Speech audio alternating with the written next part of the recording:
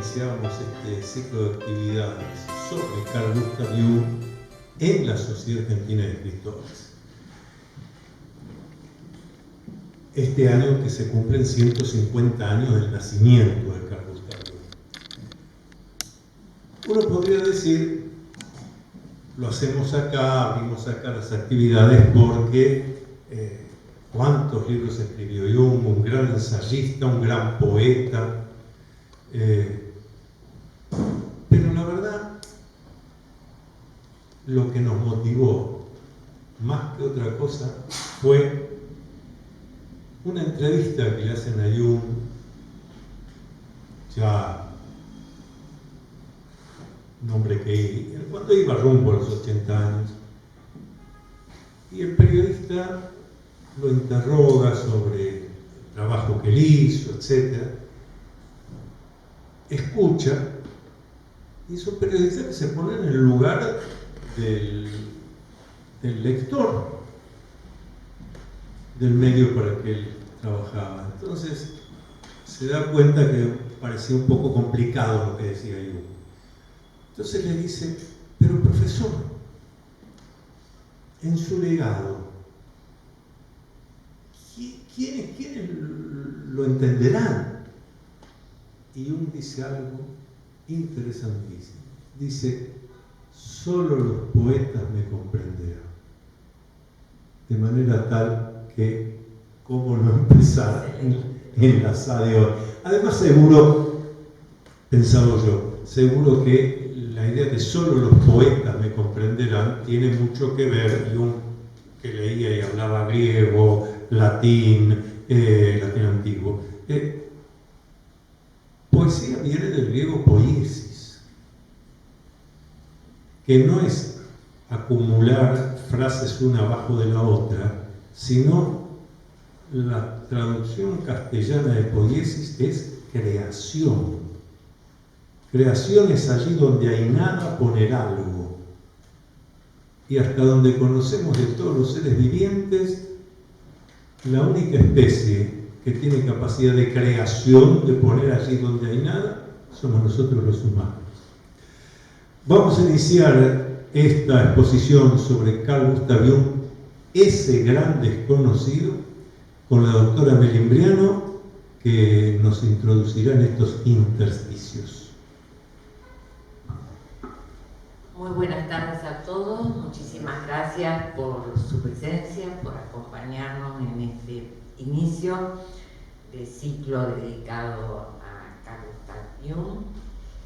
Muchas gracias, Antonio, por recibirme en la SADE.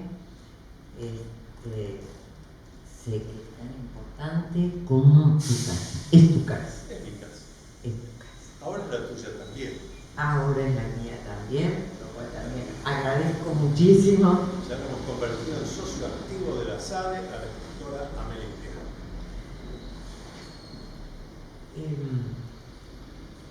Me emociona mucho. Es que lo que vamos a entrar es muy emocionante. Muy. A ver, hoy todos conocemos la inteligencia artificial y todos conocemos lo que es el GPT, que es una de las plataformas de inteligencia artificial. En general,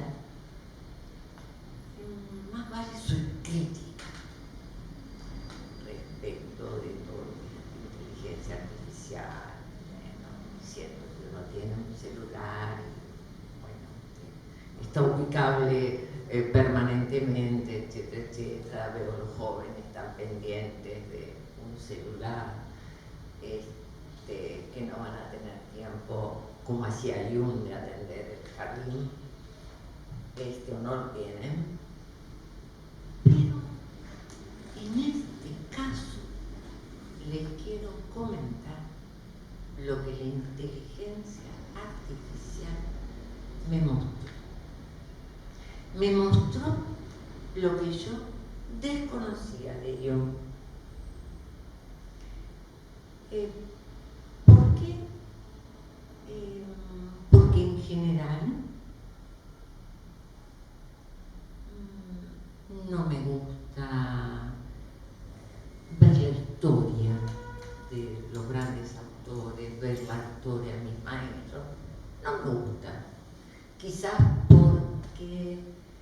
vengo de una camada en donde el revisionismo histórico nos volteó todos los ídolos, el mal revisionismo histórico nos volteó todos los siglos, y entonces tuvo que pasar mucho tiempo para que yo quiera comenzar a saber la historia, los antecedentes, el lugar donde alguien nació, cómo era ese lugar, etcétera, etcétera. Y como ustedes, bueno, ahora me voy a presentar, iba a decir como ustedes sabrán, creo que hay que poner cartas sobre la mesa, que no soy un analista junguiana, soy un analista lacaniana o freudo-lacaniana, pero principalmente diría lacaniana.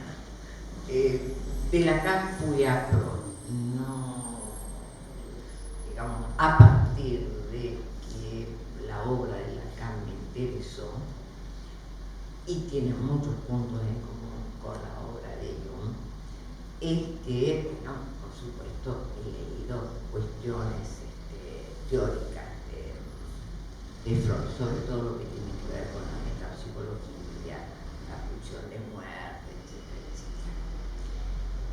No siendo una analista junguiana, bueno, digamos, acepto este desafío de mi amigo de decir, quiero que me acompañes a abrir el ciclo.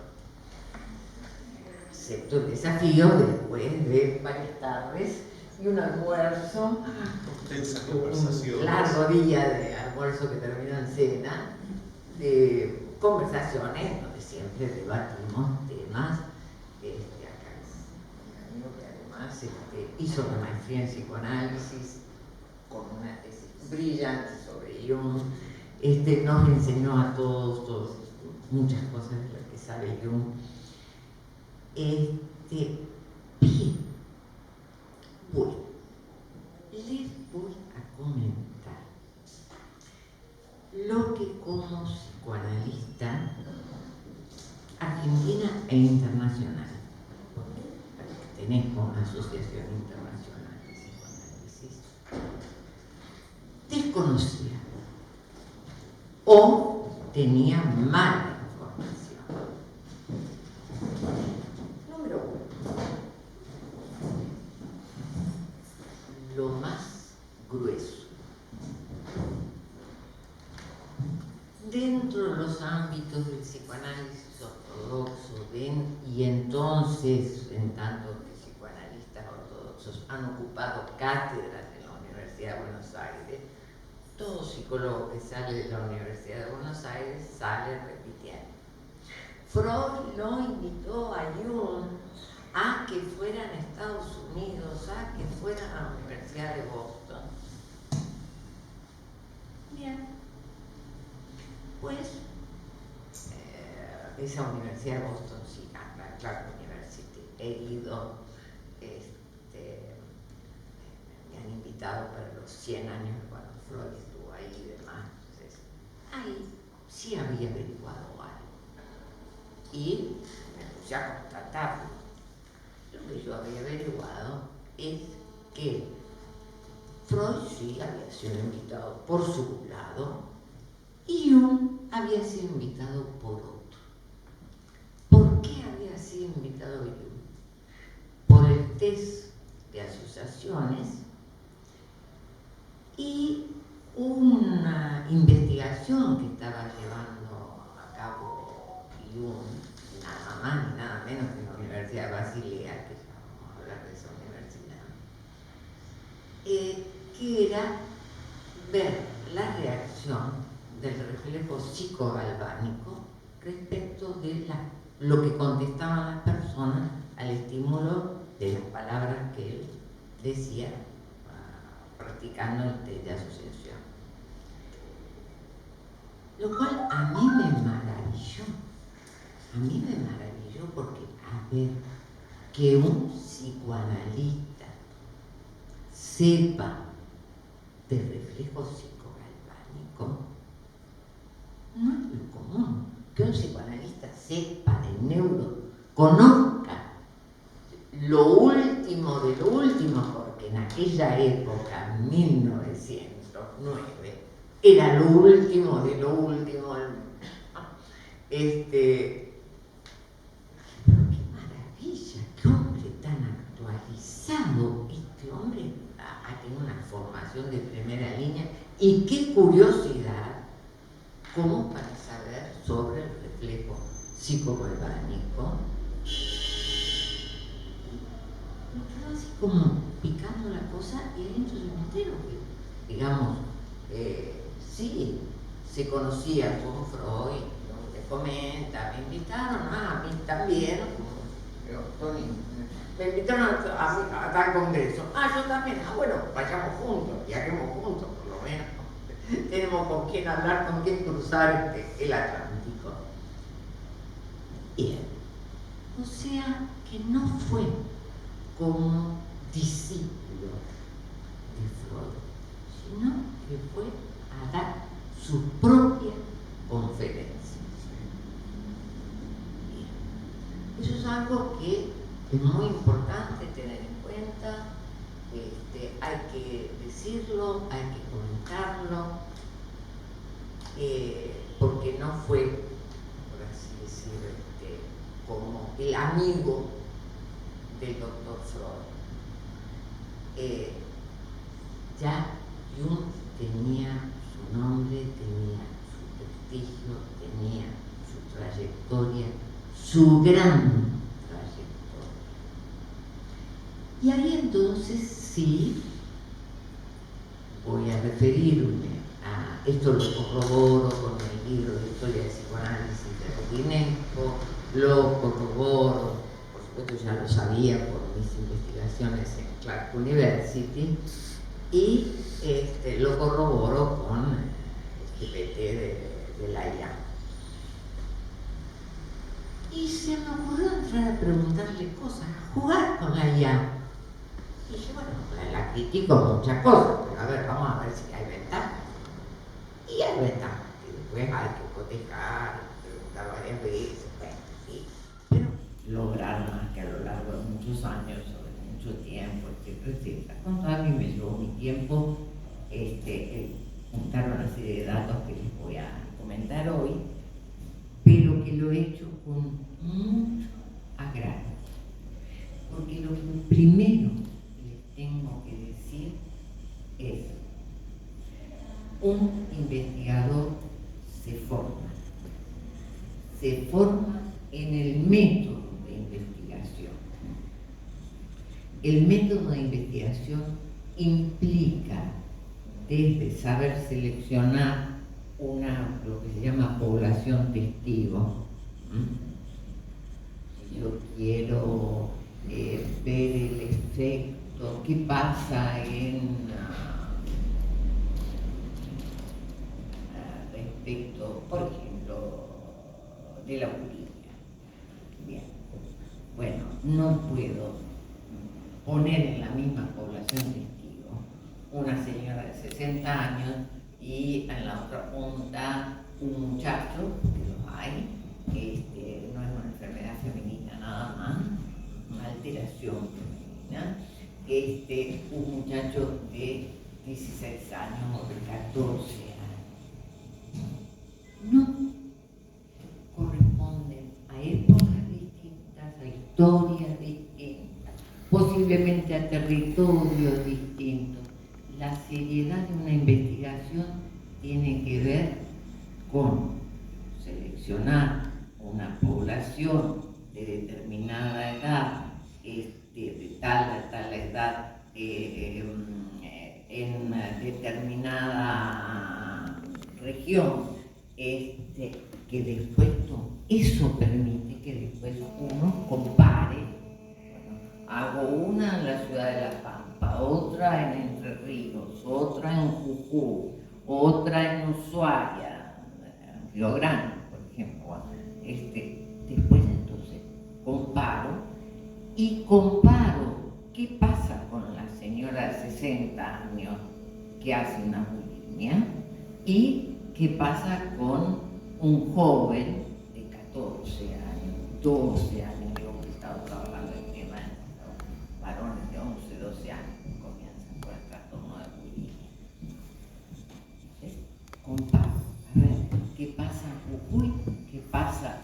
Río Grande. ¿Qué pasa en el exterior?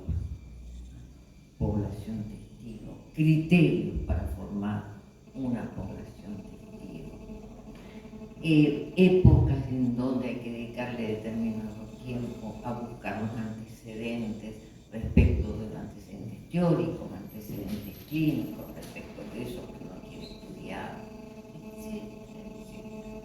El método científico es algo muy fino, muy riguroso, que tiene sus pasos, que no hay que saltear los pasos, es como las lentes de un microscopio. Si ustedes alteran las lentes de un microscopio, no se va a ver. ¿Vale? Como si nos pusiéramos los anteojos al revés, no vamos a poder leer. El método científico tiene pasos, es un proceso que no se puede alterar. Y Jung había sido formado en ese método. O sea, tuvo grandes maestros. Eso es de primerísima línea. Eso hace a una cuna en donde alguien de muy jovencito, recibió de México, ¿Y la tesis doctoral? Fue en 1902. Tenía La doctora. 26 años. 26 años. La La tesis doctora. era médica. La doctora. Sí. Sí. 1899. Claro, y 1900, exacto, en 1902 su tesis doctoral. O sea, era brillante, era brillante. Pero ahora vamos a estas cosas que a mí me maravillaron, porque, bueno, quizás conociendo historia de la psicología, por ahí ustedes no les digan nada a estos nombres, pero conociendo un poco de historia de psicología, uno dice, ¡wow! Fue alumno de fulano, pero esto es súper, como dicen los chicos hoy. No, fue alumno en la Universidad de Ginebra de Fournon. Fournon tenía 2 cátedras. Miren qué interesante cómo le quedó la marca de ese profesor. Una cátedra de filosofía y una cátedra de psicología fisiológica. Mira vos, yo que me llamó la atención, me quedé como, qué raro que un psicoanalista sepa algo de neurofisiología y del reflejo psicogalvánico y demás. Resulta que había sido de jovencito, porque lo tuvo de profesor en la Facultad de Medicina. Muy jovencito había sido alumno de este hombre que es sumamente reconocido para la época, para los inicios del siglo XX, los fines del siglo XIX, uno de los grandes padres de la psicología y de la psicopatología. Un hombre que supo ser alumno de William James, uno de los primeros padres, o de un Montbrentano, fue como la segunda camada, primera camada Montbrentano y James, segunda camada.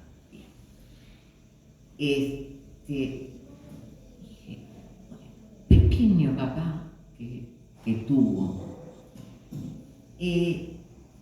¿a qué se dedicaba Fournon? En esto que él llamaba psicología fisiológica,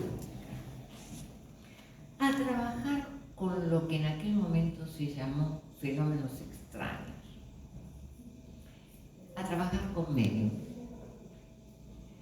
a trabajar con los fenómenos espirituales. Parece que la palabra espiritismo no quería ser aceptada en los medios universitarios, entonces eran fenómenos espirituales. Pero resulta que trabajó con medios, y en la Universidad de Ginebra. Suiza muy pequeña y, digamos, los grandes profesores han estado en Basilea, en Zurich, en Berna, en Ginebra. No obstante, la universidad, lo que tienen que considerar es que Suiza y la Universidad de Basilea, que fue la primera de Suiza, de 1460 más o menos. Está bien, Bolonia fue del siglo XI, pero después de Bolonia hubo como un silencio a nivel de la creación de universidades, sobre todo en Suiza. La Universidad de Bolonia fue creada por el Vaticano. Suiza, principalmente protestante, era como que tenía cierto pie encima para no crear universidades, porque así como las universidades eran creadas por el Vaticano, pues había quien elegía quién podía entrar a la universidad. Suiza fue el primer lugar en donde la universidad tuvo libre entrada. Obviamente, universidades muy pequeñas, no cualquiera llegaba a ser universitario, y creo que, digamos, Jung tuvo dos ventajas. Una ventaja, su inteligencia, y segunda ventaja, ser hijo de un pastor, evidentemente. Pero lo que también investigué era que así como era libre la entrada a la Universidad de Basilea, podían entrar 20 a una universidad que iban de toda Europa, podían entrar 20. Cuando eso sucede, es como sigue siendo hoy en todas partes del mundo. Tener una referencia te abre la puerta. Después, bueno, arreglate, ¿no? Después, ingeniate vos solito, después valé por, ¿no? Por vos. Bien, él logra poder ubicarse en esa universidad, en esa cátedra, ¿no? Semejante psicopatólogo, y comienza entonces a hacer las investigaciones con la medium Helen Smith. El seudónimo era Catherine Müller.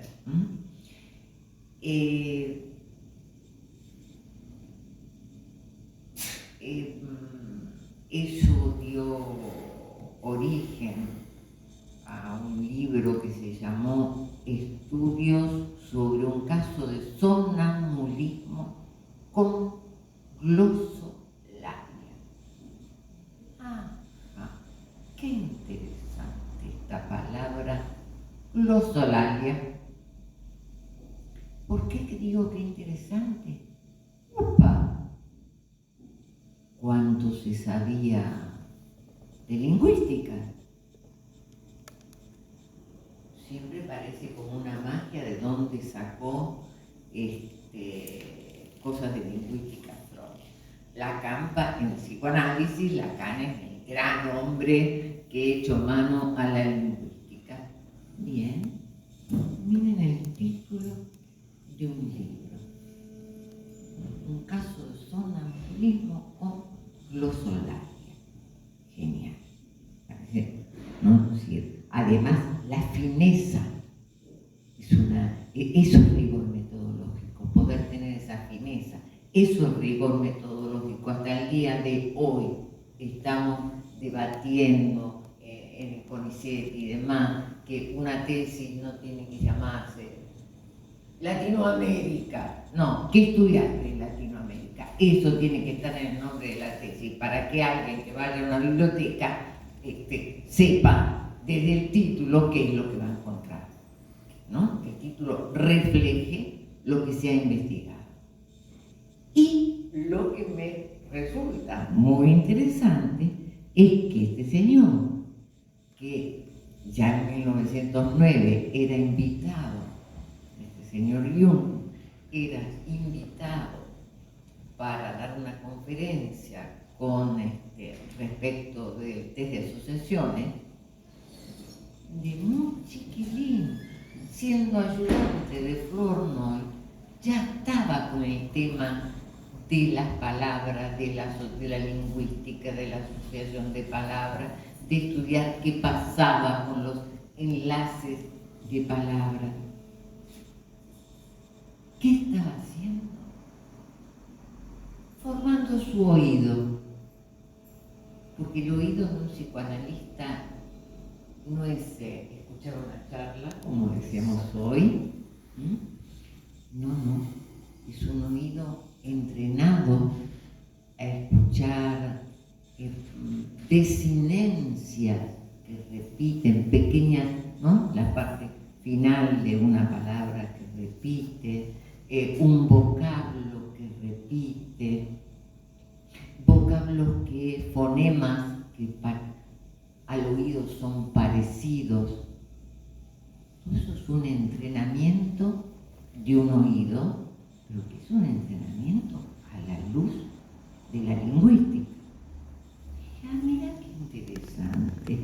Este alumno de medicina, desde ser alumno, se ha formado estudiando una medium y se ha formado estudiando lingüística. A mí me pareció un dato maravilloso a lo que hace la cuna de un investigador.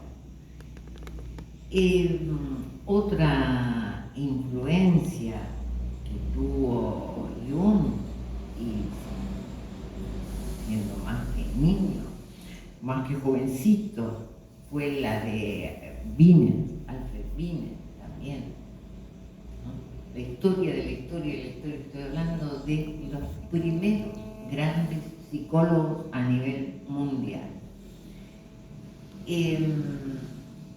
La influencia de Wiener lo lleva a la Pitié, a Salpêtrière, en Francia, a Charcot, en donde entiendo que quizás un primer vínculo con Freud no lo pude ratificar, pero pudo haber sido así. En la lección de los miércoles de Charcot. ¿Con quién más trabajo? ¿Quién más lo absorbe en su laboratorio de investigación ya y de psicología fisiológica? William Boone. Ajá. La obra de William Boone hasta el día de hoy es digna de ser leída. Es uno de los grandes psicólogos o psicofisiólogos. William Boone fue uno de los primeros que dijo: señores, basta de andar queriendo medir la sensación. Lo que existe es la percepción, no la sensación. Después se acuñó el término senso-percepción. Bueno, podemos aceptar, pero lo que existe es la percepción. Y la percepción, que Jung estudió muy bien, es la organización que pueda construirse entre un dato de la realidad y cómo ese dato de la realidad es tomado por la subjetividad. Y la subjetividad depende de toda la historia. Freud creía que esa historia eran 3 generaciones, donde confluyen Lacan con Jung. Esa historia es la historia de un territorio, es la historia de muchas generaciones hasta no saber cuál. Es ese mito,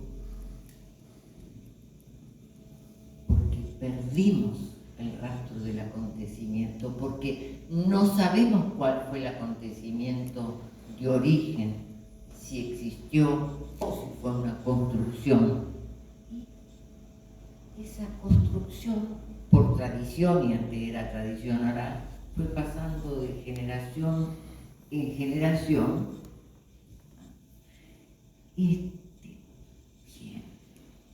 ¿Con quién más?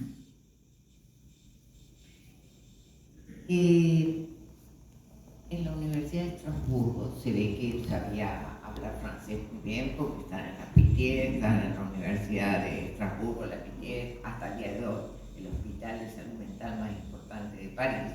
Y la Universidad de Estrasburgo es una gran universidad en Francia, no cualquiera puede pisar, ahora que hace ya años en Francia hay que tener cierta calificación del secundario para poder entrar a la universidad. Sorbona y Estrasburgo son las 2 grandes universidades que no es tan fácil. Los mejores conceptos, las mejores calificaciones son las que entran ahí. Piensen en Estrasburgo, con K de su hija, que estudió con él antes de recibirse de médico. Conceptos que hacen al psicoanálisis actual: sadismo, masoquismo, fetichismo. Hoy decimos, los jóvenes usan el celular, el iPad, como fetiche. Uy, la sexualidad está convertiente, sadomasoquista, bastante importante, bla, bla, bla, bla. Los jóvenes con el cortajeo, ya el tatuaje quedó, ahora cortajeo y cosas más dolorosas, digamos. Bueno, tienen una práctica masoquista, etcétera, etcétera, etcétera. Bien, resulta que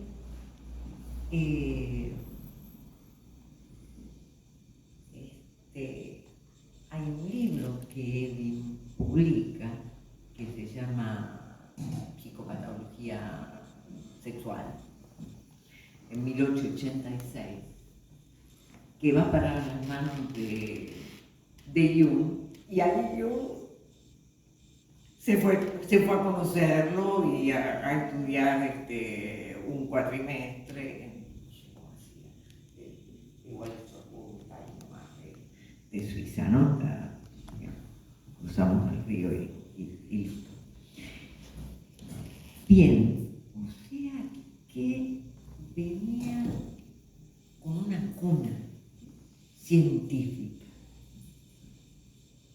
que hay que darle importancia, porque ese señor que después se dedicó a la parapsicología aprendió a investigar sobre parapsicología con un método riguroso científico y al lado de grandes psicopatólogos como los que estoy, o Pierre Janet también.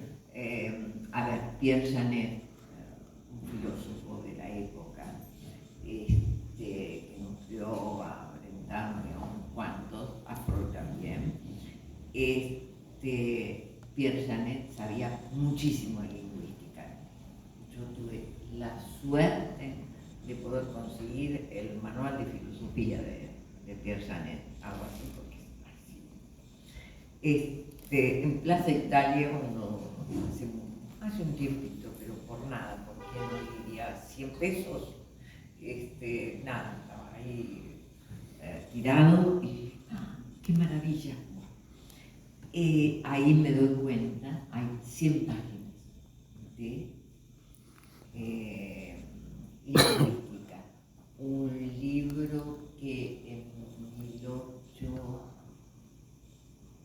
1918 era la 18 edición, una cosa por el estilo, o sea que la cuenta era de una 1870, ese libro, por ahí. Bien. ¿Qué más hay que destacar de Jung para conocer? Que así como se iba al laboratorio de Bohm, se había ido a la Piquet con Charcot era el clínico, ¿no? Casi podríamos decir que Fournoy, que también era tratado por la Piquet y demás, ¿no? Patólogo francés, era más del lado de la teoría y Charcot era más del orden de andar por las salas con pacientes y demás. Se dividían aguas, quizás para no debatirse. Ahora, hizo clínica del enfermo mental, de lo que en aquel entonces se llamaba enfermo mental, una histeria, era una enfermedad mental, ¿no? Desde alumno de medicina. O sea que siendo alumno de medicina, tenía su decisión respecto de qué cosas estudiar, qué cosas le interesaban, qué fenómenos le interesaban. Y eso hizo a que desde muy joven él pudiera orientarse. Otro dato, y le doy el micrófono acá, al que sabe de Jung y tiene unos cuantos libros escritos sobre Jung. Yo les presento lo que para mí era Jung desconocido, ya que él me puso ese título tan provocador. Bien. ¿Saben que estuvo en la guerra?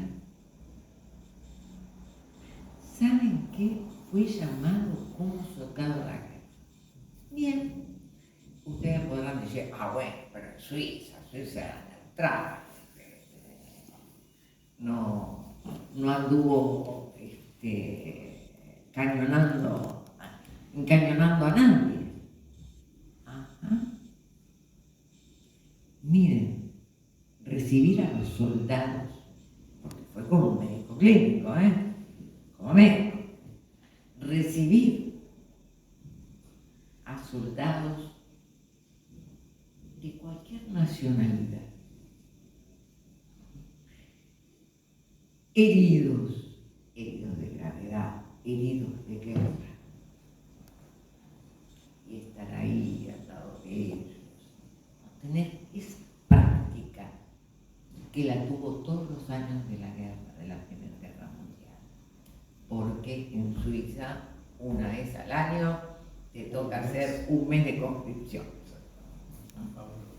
Aún no, exacto.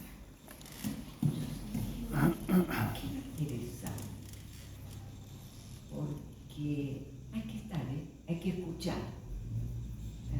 Freud escribió que no hay mayor traumatizado de guerra que aquel que vuelve sano, ¿no? El que vuelve ileso tiene una culpa total respecto de haber visto la muerte del que estaba al lado de él. Sabemos que es un fenómeno que hasta el día de hoy pasa, que uno dice, ¿por qué no a mí?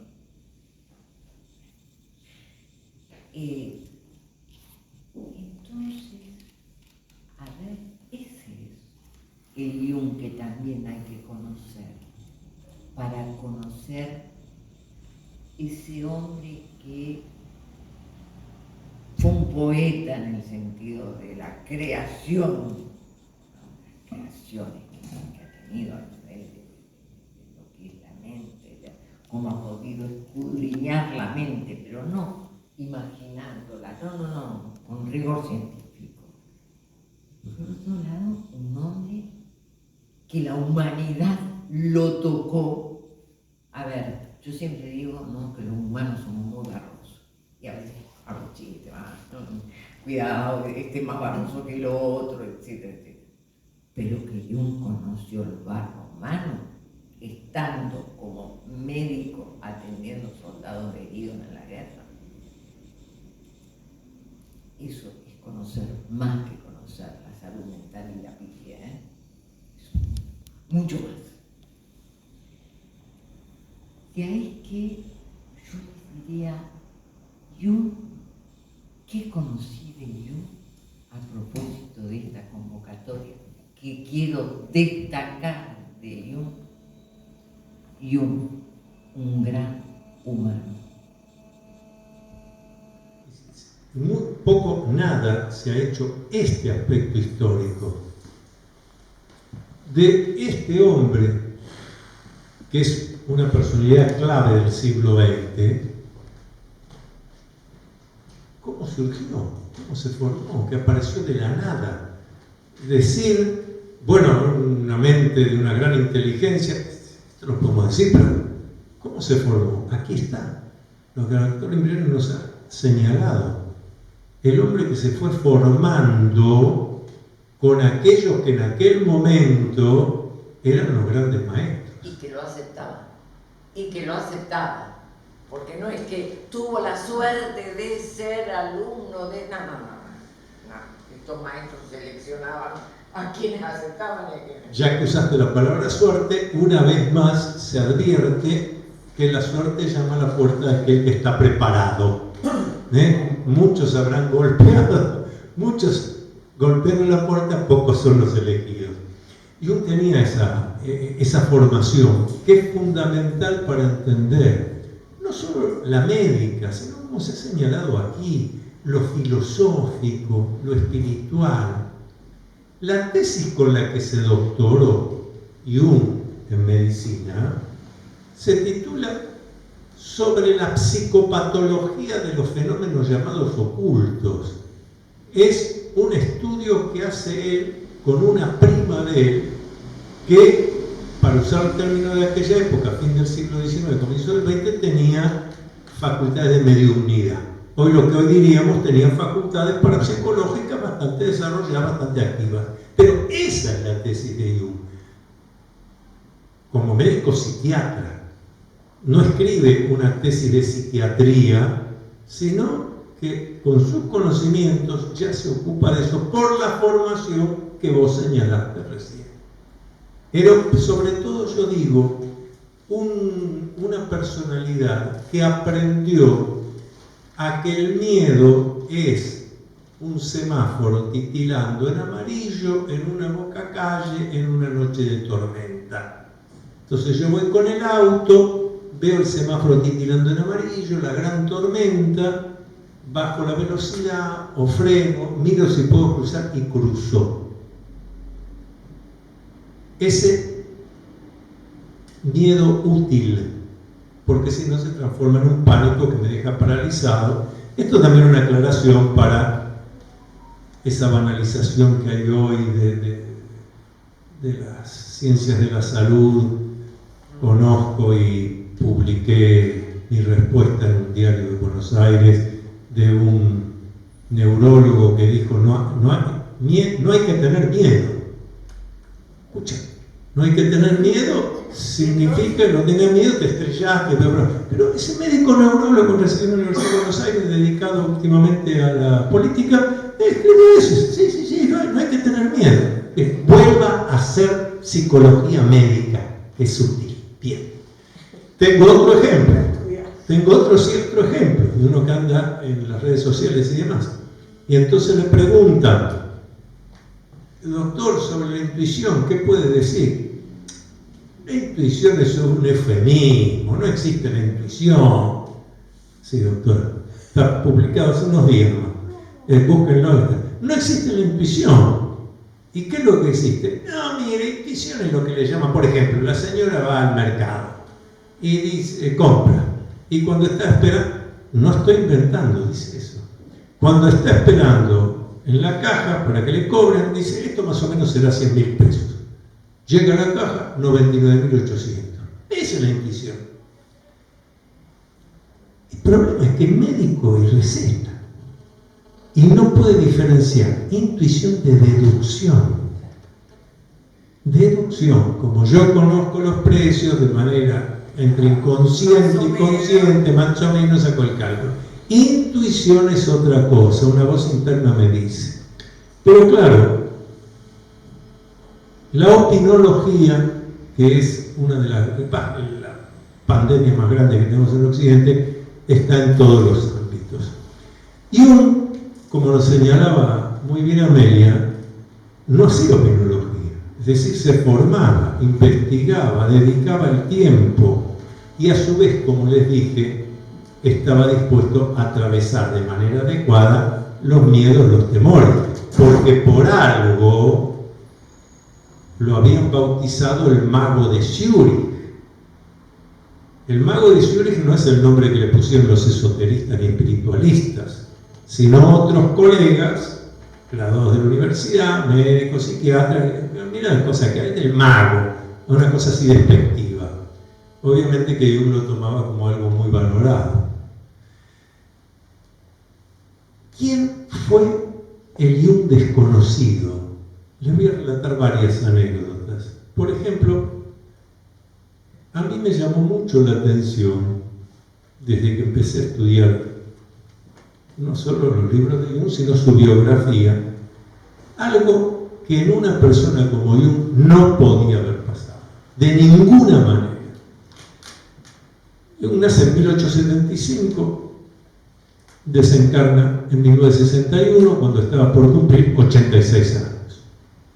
Unos años antes de eso, Jung sufre 2 problemas cardiovasculares muy graves, pero muy graves.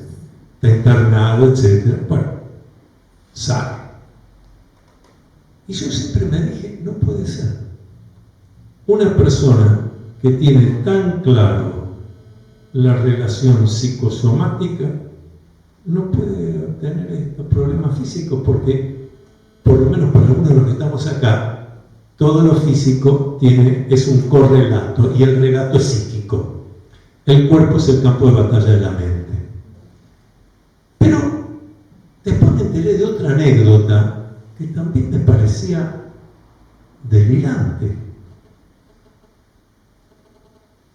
Emma Jung, su esposa, la madre de sus hijos, que a su vez también escribió muy buenos libros sobre todo el ánima, el arquetipo del ánima. Libros que, por ejemplo, hace 40 años están publicados en Brasil en portugués, pero en castellano todavía no se han publicado, los de Emma Jung. Excelentes libros, hay que conseguirlos, leerlos en portugués. Y Emma dice que estaba muy preocupada por Carl, plena Segunda Guerra Mundial, porque Carl se acostaba, sacaba repentinamente, había traído a su casa una pistola automática, revisaba la pistola y la ponía abajo de la almohada, en la cama matrimonial, por supuesto. Y esto, por supuesto, le generaba gran angustia a Emma, y le pregunta a Carl, ¿por qué haces eso? Y la respuesta de él es delirante, no puede ser que haya dicho eso realmente. Mejor dicho, lo dijo de manera real, pero no la verdad. Carl le dice, yo estoy pasando momentos difíciles y si decido suicidarme quiero tener la herramienta a mano. Piensen ustedes que el médico psiquiatra, en ese momento el más prestigioso de toda Europa, le dice eso a su esposa. Bien, yo estos 2 aspectos nunca los entendí hasta hace unos años, porque digo, no cierra. Este hombre jamás ha pensado suicidarse. Esto, porque tengo ejemplos de que Jung era un canto a la vida, que ya había dado. Y un atrevido, un hombre que se atrevía.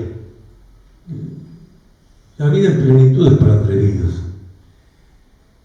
Y esos 2 episodios cardíacos que lo llevan al sanatorio. Se cumplen 50 años de terminar la Segunda Guerra Mundial. En Estados Unidos se liberan los archivos secretos para los historiadores. Un historiador se pone a buscar, encuentra una cantidad de material y dice: pero este agente secreto, que tiene número y todo, no sé, creo que 62, tiene agente secreto, y yo me doy cuenta quién es. Hace las averiguaciones necesarias. El libro está en inglés, no está traducido al castellano.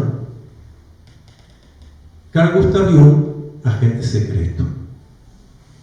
Y reportaba para uno de los miembros de la embajada norteamericana en Suiza. ¿Saben quién era él? Yo no me voy a acordar el nombre y apellido, pero sí el cargo que tuvo después. ¿Saben a quién reportaba? Al que casualmente, después de terminar la Segunda Guerra Mundial, fue el primer director de la CIA. ¿Qué hacemos? Y esto también explica, por eso hay varios artículos en internet que se pueden buscar, escritos con ironía, titulados con que Jung fue nazi. Se decía que Jung había sido nazi porque tenía buenas relaciones, iba a Alemania, lo recibían, daba clases. Porque todos fueron a todos los que tomaban café juntos se lo dejó. Además de médicos, psiquiatras, psicoanalistas y todo lo que podemos decir, fue agente secreto de los aliados. Y no lo dijo ni a sus hijos, ni a su mujer, ni a sus sobrinos, un verdadero agente secreto. Ahí entendí lo de la pistola automática bajo de la almohada y entendí los 2 episodios cardiovasculares. Tal como dijo Amelia, una persona comprometida con la vida, con lo que hay que hacer. ¿Cuál era la necesidad de ese hombre con buena situación económica, buena familia, meterse en esos problemas? Pero hizo lo que era necesario hacer. De ahí, algo que me gusta repetir siempre, porque en este mundo más banalizado, hago las cosas porque me gusta, no me gusta, quiero, no quiero. Me gusta, no me gusta, quiero, no quiero, son engaños de la conciencia, hoy más que nunca, sometidos por los estímulos externos que recibimos, sobre todo a partir del aparatito que llevamos en la mano. Quiero, no quiero, me gusta, no me gusta, hay que analizarlo con especial detalle. Esto que quiero, ¿quién me está diciendo que lo tengo que querer? Porque yo no lo quiero. Esto que no me gusta. ¿Y cuál es la clave? ¿Qué es lo que yo necesito? Y esto también pasa con Jung, porque uno habla con gente que dice que hace psicoanálisis junguiano, ya ahí empezamos para el cuerpo, ahora se los explico. Algo que dijo Jung, y que está filmado, está en YouTube, lo pueden buscar. Cuando otra entrevista que le hacen, en este caso la BBC de Londres, ¿y qué espera usted para el futuro con lo suyo? Como Jung recordaba muy bien lo de Freud, buscando que haya freudianos, Jung dice: yo lo único que espero es que cuando ya no esté en este plano no haya junguianos. Esto es lo primero que hay que entender. Si vos estás dispuesto a seguir el legado de Jung, vos no sos junguiano, porque Jung no amaba a los repetidores, porque él tampoco lo fue. Entonces, la propuesta de Jung tampoco es un psicoanálisis. Entonces, ¿qué se entiende hoy por psicoanálisis junguiano? Bueno, que en vez de haber un diván, lo vamos a hacer cara a cara, 50 minutos, una vez por semana, y por ahí vamos a hablar de los arquetipos. No les va a faltar el que diga: sí, los arquetipos que están en el inconsciente colectivo. Ustedes escuchan los arquetipos que están en el inconsciente colectivo, saludan despacito, salen corriendo y no regresan más. Jamás Jung dijo esa barbaridad. Tanto es así que está bien publicado en los libros de él, bien traducidos al castellano, donde dice: lo arquetípico son estructuras, casi voy a citar textualmente, como si fueran lechos secos de un río. Cuando ese río empieza a recibir agua, se manifiesta el arquetipo siempre en lo externo. ¿Por qué resultó tan interesante Superman? Superman tiene todas las características del arquetipo del héroe. Todas. Que curiosamente, digo curiosamente de manera irónica, son los recorridos que van a encontrar en los mitos. Tomen los mitos griegos, Ulises. ¿Por qué Ulises pudo hacer todo lo que pudo hacer? Porque de un tiempo a esta parte parece que la novedad es que las mujeres tienen que ser empoderadas. Las mujeres, verdaderas mujeres, mujer con M mayúscula, es una mujer empoderada. Por eso siempre está detrás del hombre, siempre detrás. Si está dispuesto a hacer su obra de cuidar al hombre, está siempre detrás, porque el hombre es el que se cae y la mujer para sostenerlo. Cuando se pone al lado o adelante, ejerce otra cosa, pero ya no es la condición del arquetipo del ánima, no es lo femenino, es otra cosa. Eso se ve muy bien en el mito de Ulises y Penélope. Ulises se va de guerra, de expedición, de entretenimiento, de todas las cosas. Y en ese recorrido está con otras mujeres, pero se va. Mientras tanto, en el reinado de Ítaca, isla muy interesante, además donde estuvo interesante, en el reinado de Ítaca está Penélope. ¿Cómo la dejó Ulises? Reinando con sus ministros, su ejército, o sea, con todo lo necesario. Eso hace el héroe. Y ella está ahí. Y vienen los pretendientes. Déjalo, si hace 20 años no viene más, debe estar muerto. No había telégrafo, no había celular, un problema. No se sabía nada de Ulises. Ahora fíjense lo que es el ánima encarnada en una mujer. Dice el mito que ante la pregunta desesperada de los pretendientes, otros reyes, generales, terratenientes, multimillonarios, ese era el nivel de quienes podían desear a Penélope. ¿Por qué no? ¿Por qué no? No conocemos nada de él hace años. No, pero yo sé que vuelve. Escuchen la respuesta del mito. ¿Qué dice Penélope? Yo sé que vuelve. ¿Y cómo sabes que vuelve? Porque él así me lo ha dicho. ¿Ven en qué nivel estamos hablando? Ese es el héroe solar. Vuelve. Vuelve, y recuerdan ustedes todo el mito, cómo vuelve, haciéndose pasar por un andrajoso, toda una situación que tiene que ver con otros aspectos. No me quiero extender en eso, pero sin señalar lo que pasa. Dice Jung, cuando la persona encarna el arquetipo heroico, y esto es también lo que le pasó a Jung, cuando llega a determinado momento de su vida se transforma en el anciano sabio. Sabio, no el anciano conocedor. Conocedor es lo que aprendo en la universidad o en los libros. Sabiduría es algo que viene de mi interior, está unido a la intuición, y recoge toda mi experiencia de vida.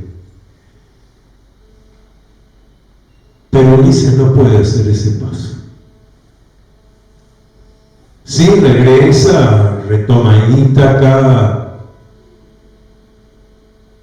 se une a Penélope, toda la familia, pero pasan los años y está sosteniendo la espada y se le vaya la espada Entonces viene su primogénito y le dice: padre, soy yo quien debo ocupar el trono, tú ya no estás para esto.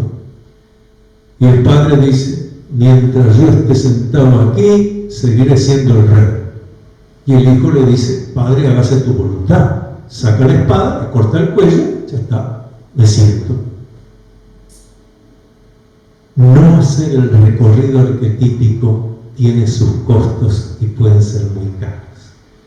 ¿Dónde se ve lo opuesto? En una película que hemos visto y se sigue repitiendo, El Padrino, primera parte.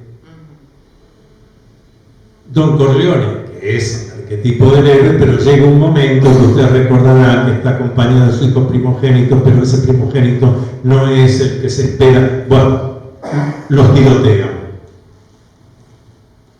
Sale del hospital Don Corleone, lo llama Michael, que es de quien no se esperaba que siguiera la familia, pero es el que puede encarnar, está encarnando el arquetipo del héroe, y le dice: bueno, tú tienes que continuar, no se puede. Michael llama a la reunión de la familia, lo agarra al consigliere de Don Corleone y le dice: bueno, vos vas a ir a cuidar los casinos de Las Vegas. Y el hombre se siente ofendido: jamás traicioné a tu padre, hice lo mejor por la familia, me sacás al cargo de consigliere y me mandás a cuidar. Claro, porque tú eres abogado. No, pero yo soy el... No, le dice Michael, yo tengo el mejor consejero que se pueda tener. ¿Quién? Mi padre. Ahora encarna el anciano sabio. Para hacerlo más interesante, lo podemos traer a ejemplos argentinos. Y en Argentina también tenemos nuestros arquetipos del héroe frustrados. Recién conté Ulises y Penélope. Pero si viene un extranjero y quiere literatura argentina tradicional, lo primero que le ofrecemos, ¿qué es? Martín Fierro. Bueno, ese que empieza, que linda que es la mañanita y la china tapada con el poncho. Pero viene la leva, vienen los militares a llevarse a los hombres que están en situación física necesaria para ir a cuidar los fortines. ¿Se acuerdan lo que dice el verso? ¿Le hace decir José Hernández a Martín Fierro?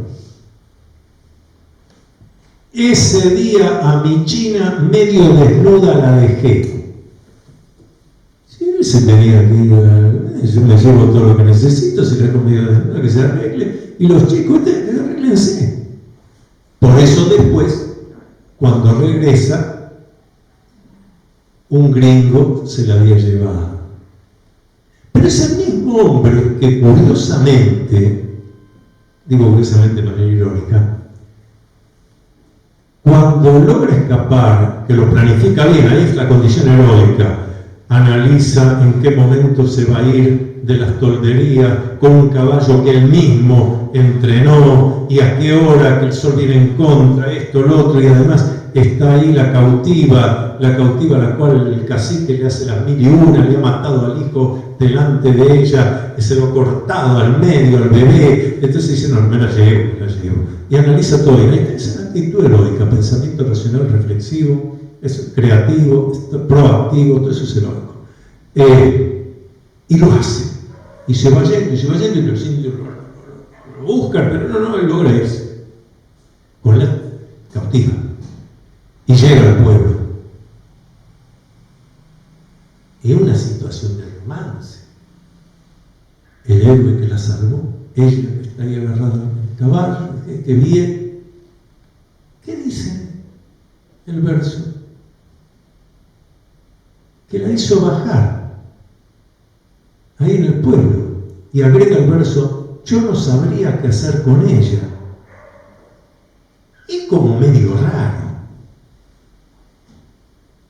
En general, un varón que encarna la condición de lo varonil conoce qué hacer con una edad. al menos invitarla, sobre todo si la salvaste, etc. No puede. Porque ¿a quién está encarnando realmente? A lo que yo llamo el arquetipo del niño eterno.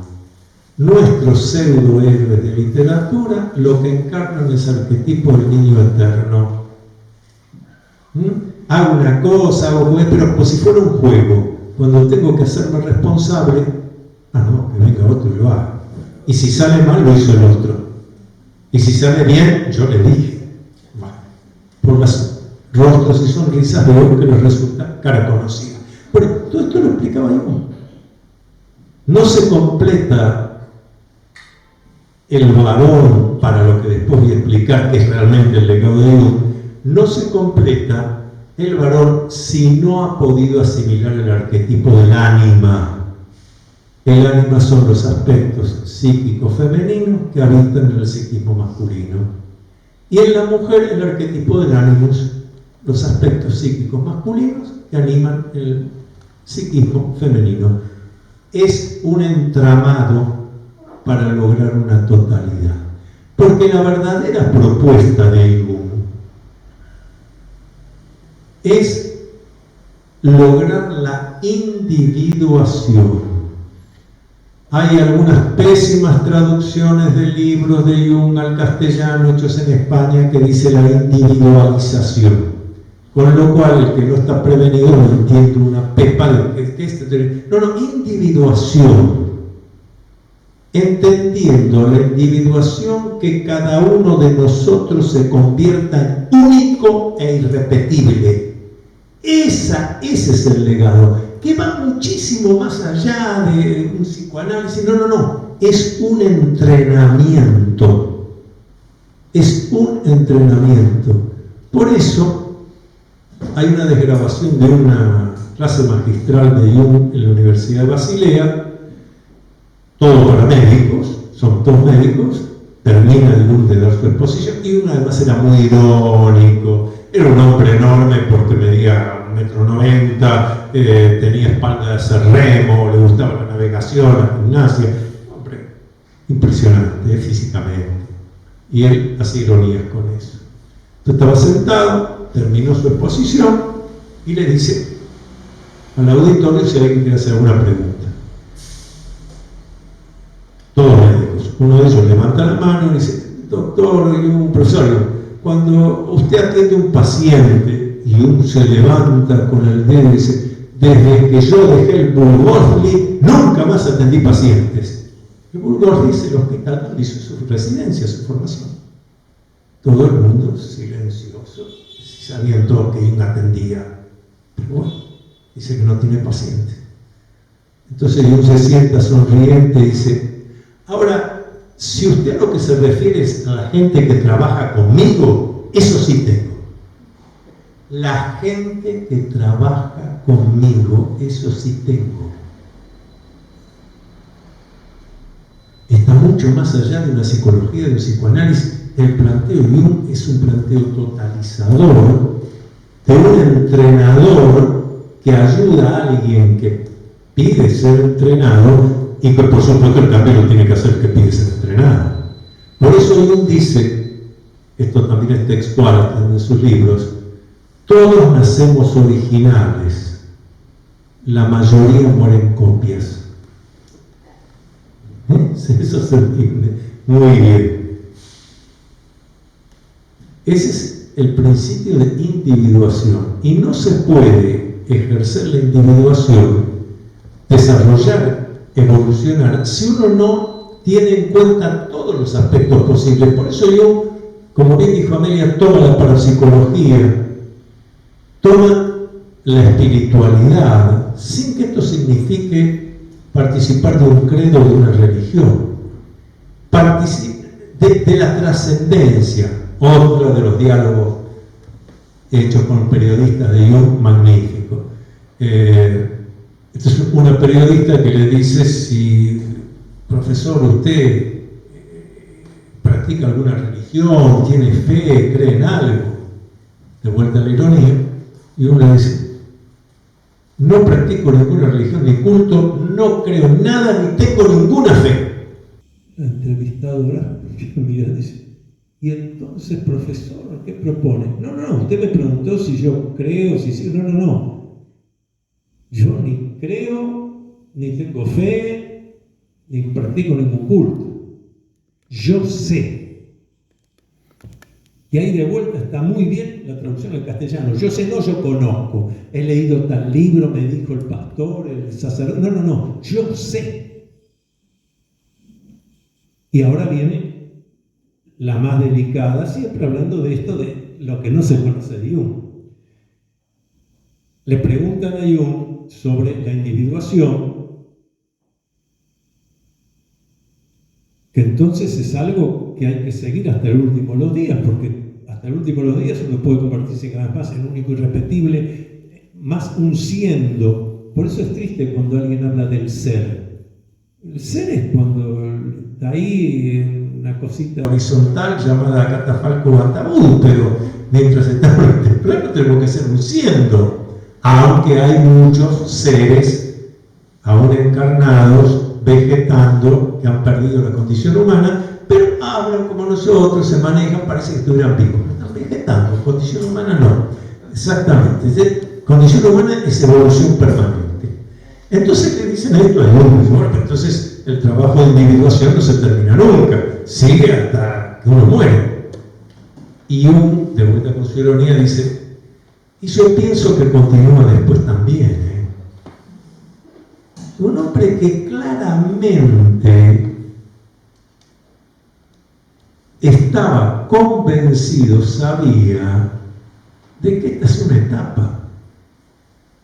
Entonces, claro, eso no se resuelve si no es con este entrenamiento de la gente que trabaja conmigo.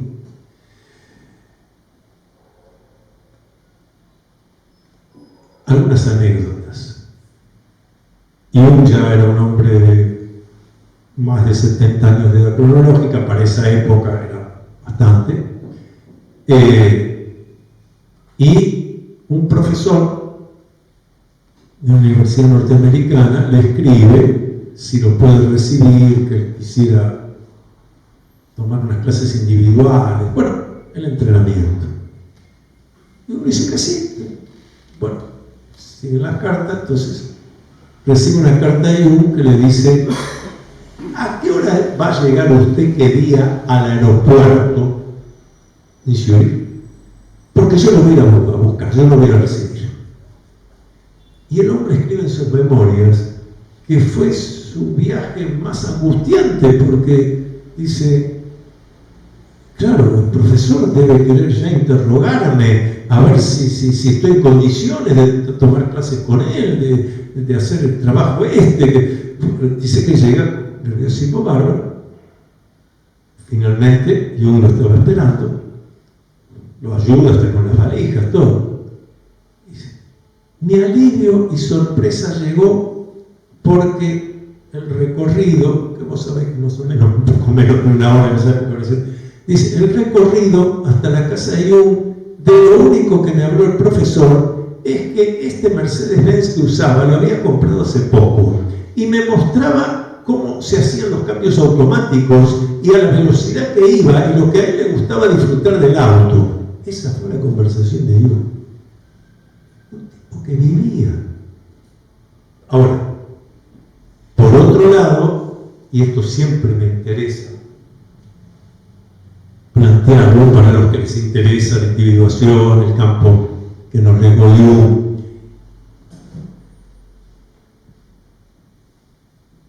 El cómo lo logró, que bastante dijo Yamelia de los cimientos, pero después el continuar. Esto de ser único y irrepetible es lo opuesto de ser común y normal. Por ejemplo, claro, esto es fundamental.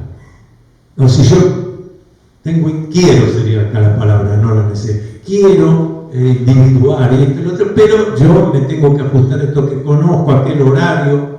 Tenés que armar una vida alrededor tuyo que también es única y irrepetible. Hay una carta de Emma a Freud diciendo, estamos hablando de una época, ustedes todos conocen ya, que se mandaban las cartas todos los días, llegaban el otro día, se contestaban. Entonces Emma le contaba cosas a Sigmund Freud. Entonces la carta esta dice: hoy en la mañana he visto a Carl subir al bote, se ve la torre. No conozco si vendrá esta noche, mañana, el fin de semana, a fin de mes o cuándo. Si no viene mañana, le diré a la secretaria que suspenda los turnos dados. Hay que vivir de este modo. Y hay que tener esa mujer ánima que sostiene eso y que se hace cargo y que acepta. La torre, por si alguno no conoce, es la famosa torre de Borgen, que es del otro lado del lago, porque la casa, la parte de atrás de la casa de Jung da un lago. Entonces, subir el bote, se iba remando hasta el otro lado de una torre que había empezado a hacer él y que después tuvo que mejorarla, así que existe todavía, se puede visitar. Le hicieron albañiles bajo la dirección de él. Vocatus ad que non vocatus Deus aderit, dice la entrada.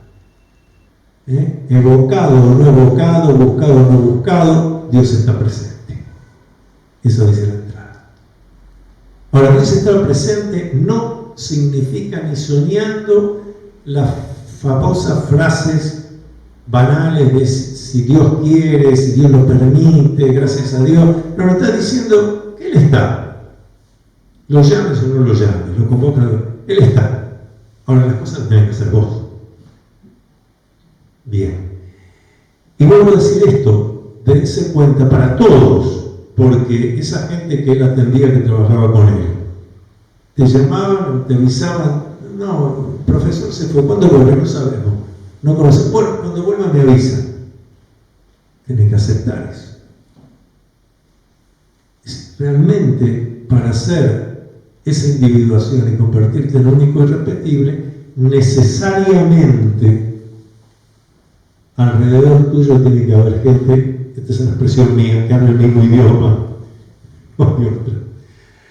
Para terminar, así tenemos unos minutos para si ustedes quieren hacer preguntas, voy a contar esta anécdota, que nos toca muy de cerca. He conocido varias personas que conocieron a Carl Gustav Jung.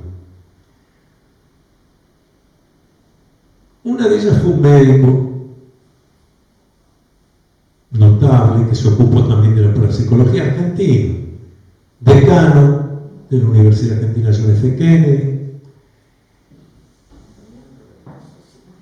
miembro de la Asociación Junguiana Argentina, también, entre muchas otras miembros de la parapsicología, también venía a las conferencias, a los congresos, hacía electroencefalogramas en medio del estado de paragnóstico. Y nos contó esto. Va a un congreso, no era la primera vez que iba, ni fue la última, pero un congreso de medicina que lo invitan en Suiza. Pero dice: esta vez yo no voy a dejar de ir a la casa de Jung. Yo toco el timbre, estamos hablando antes de 1961, toco el timbre y si me reciben, me reciben, si no, al menos estuve. Tenía anotada la dirección que había pedido.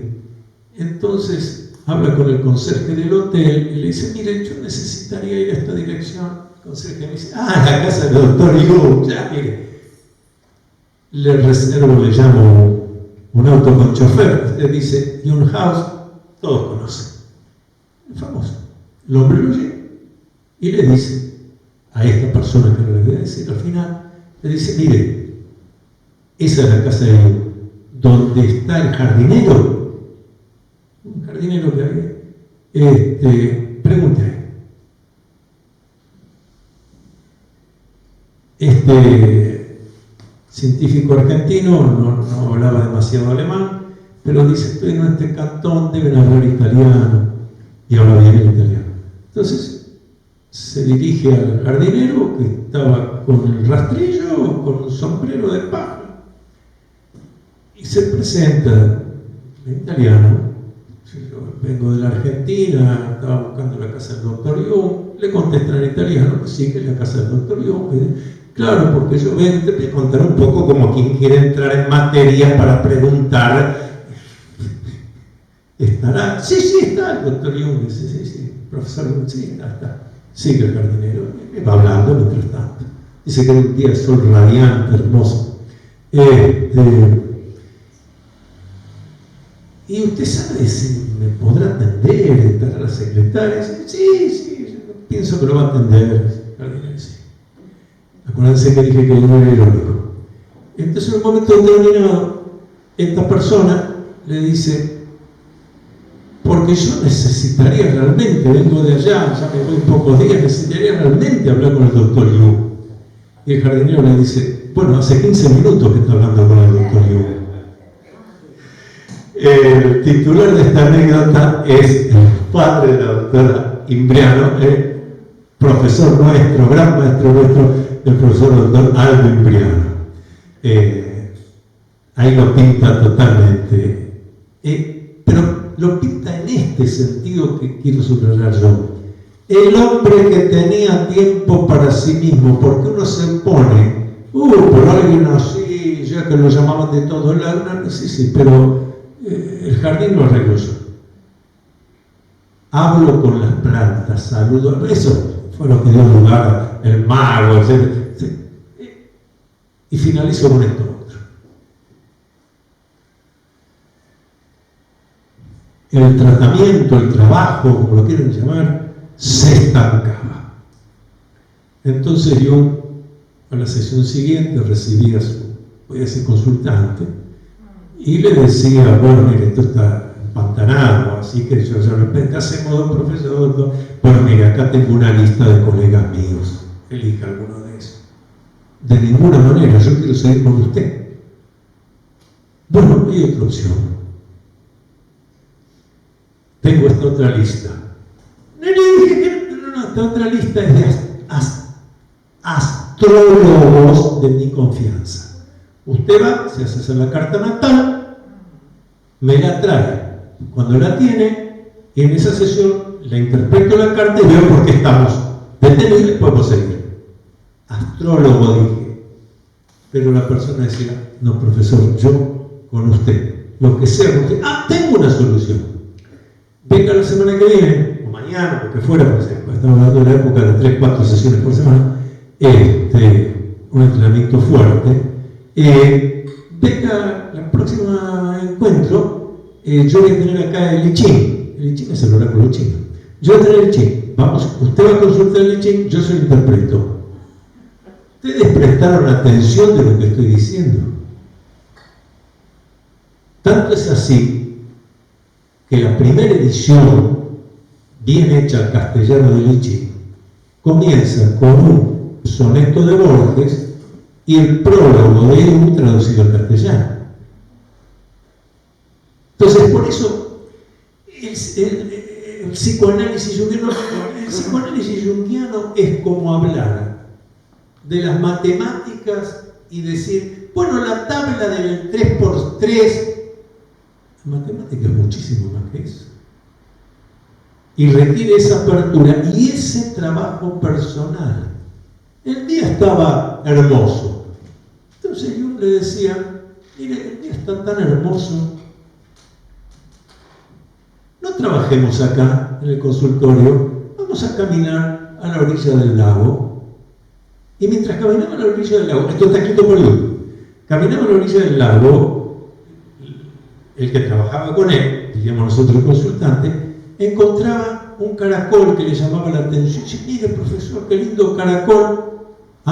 ¿Y por qué le interesó ese caracol? Por tal cosa. ¿Y por qué el color? ¿Y por qué? Y lo que haya encontrado a la vera del lago se interpreta como un sueño, como si fuera un sueño. ¿Dónde leyeron eso? ¿Dónde aprendieron? ¿Quién les dijo? ¿Quién hace eso? Bueno, ese es Jung y ese es el trabajo de individuación. Paramos acá, antes que nos echen, y si hay preguntas, con todo gusto. Preguntas, no discursos, tienen que alquilar la sala. Bueno, preguntas. Todas juntas, ¿no?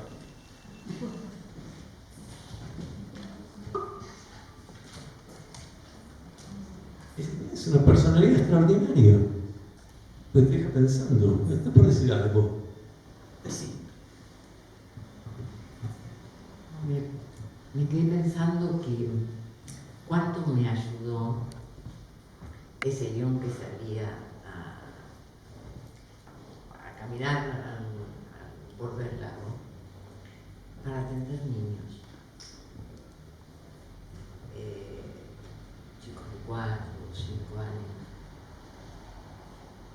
A veces realmente los padres lo traen.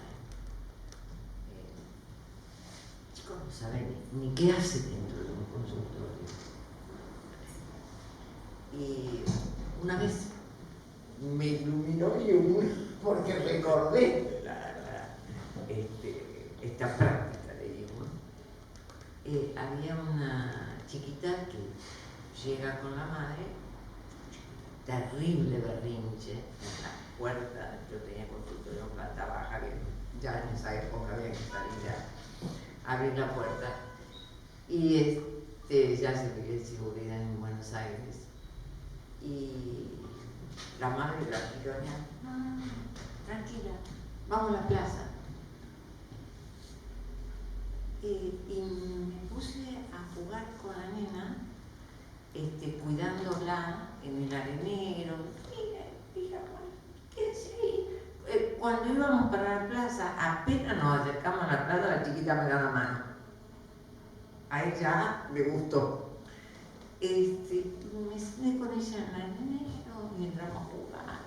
Y mientras que jugaba y la nena hacía como una formita, que yo le empecé a preguntar. Y así tuvimos mucho tiempo de trabajo con esa niñita, hasta que un día dijo, yo quiero ver cómo es tu casa adentro. Bueno. ¿Tú lo pides? Bueno. Y entonces fue graciosa, porque yo tenía una caja con un baúl, con juguetes para trabajar con los niños. Y ella me dice, pero yo, 5 años, yo con vos pienso, ¿para qué querés los juguetes? Yo juego con mi amiga. Bueno, pensemos juntas.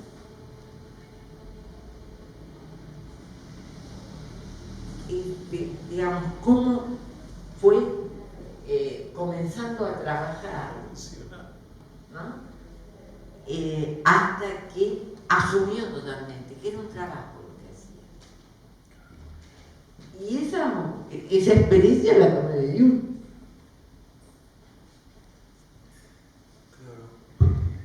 No estaba. Sí, pero me hiciste con otra cosa, por eso.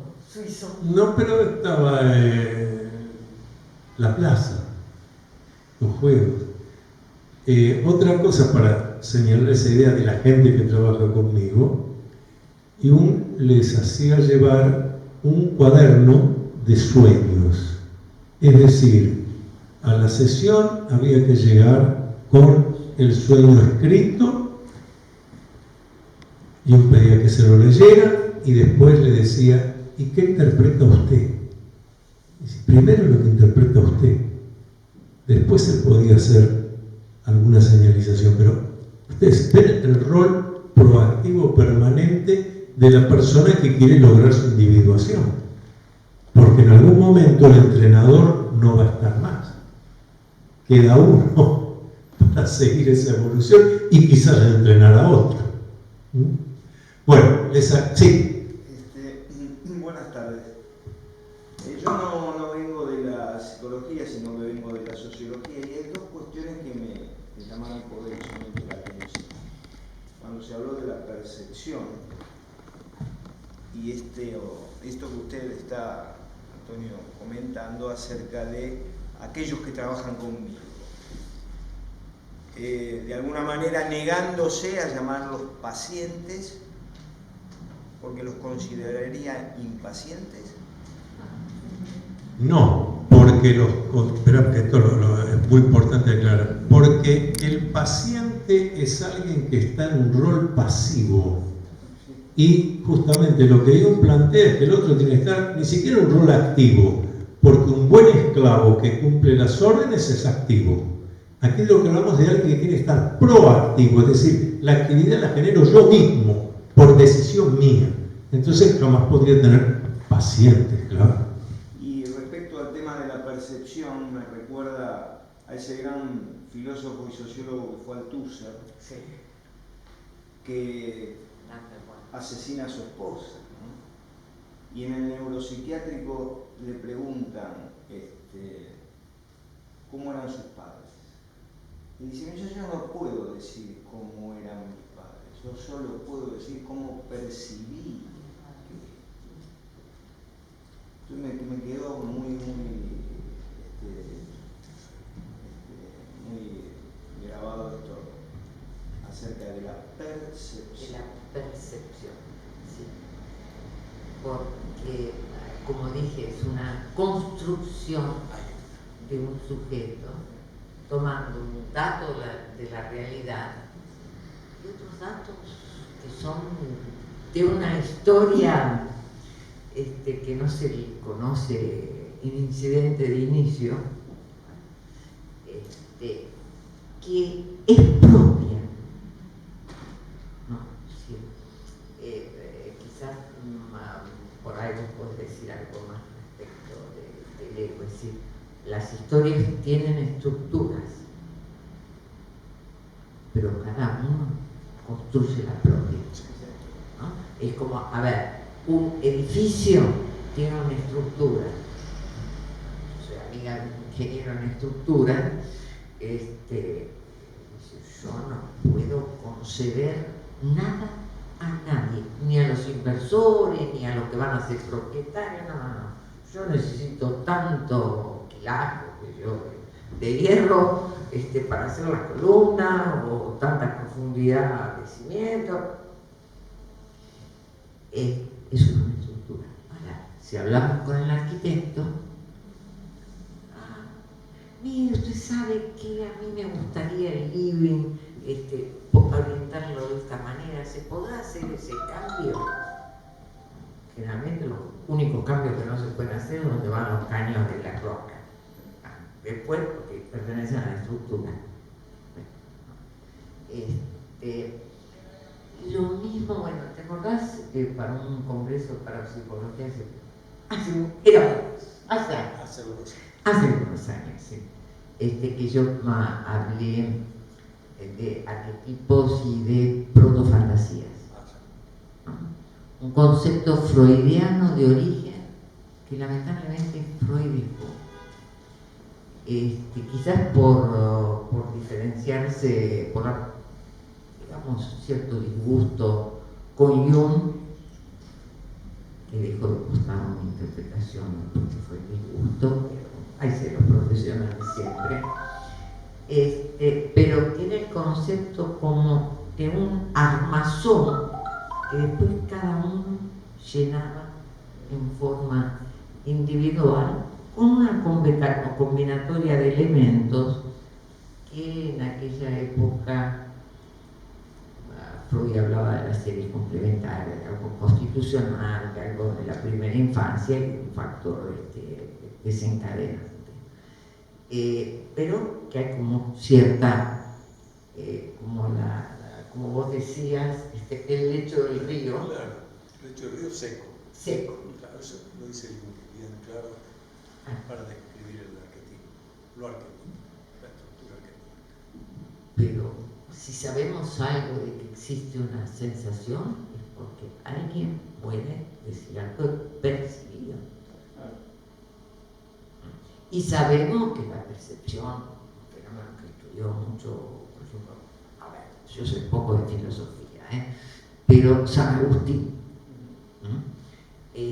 cuando habla de la intencionalidad del alma, el ejemplo que me queda lo traduzco a la modernidad, y es, bueno, vamos caminando por la calle y cada uno recuerda lo que puede. Entonces seguramente, y si hay una ferretería cerca de mi casa, no sé. Si hay una confitería, sí sé. Si hay una florería, sí sé. Si está el puesto de diario, además tiene una florería, sí sé, porque me gusta. Si hay una ferretería, tengo que preguntar.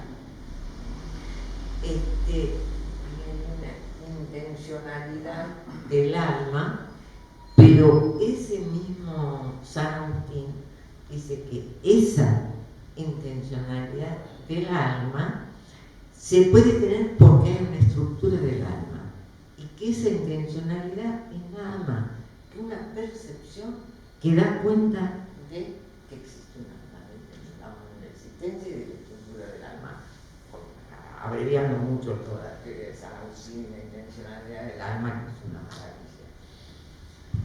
Claro, porque eso está en relación a la espiritualidad. Que la espiritualidad no tiene nada que ver con ninguna religión, ningún culto, sino que la espiritualidad es aquello que me permite conocer cuál es mi rol y función en el universo. Después yo elegiré si ejerzo eso o no. Lo cual también me lleva, ya que no lo dijimos hoy, lo vamos a decir, a la idea de destino.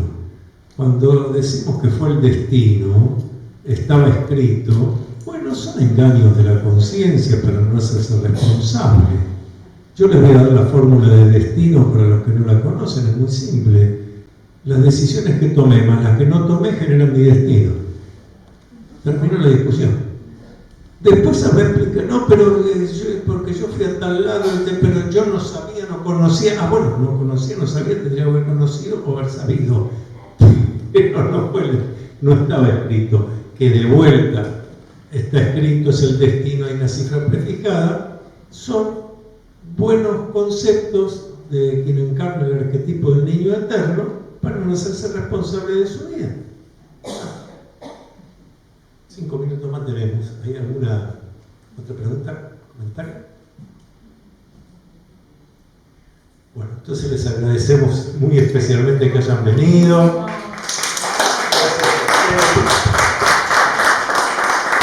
Hay algunos libros a la venta, si alguien los necesita. Y bueno, nos vemos en la próxima. Seguiremos así. Por la duda ya les aviso que las fechas no las tengo memorizadas, pero ya van a ser publicadas.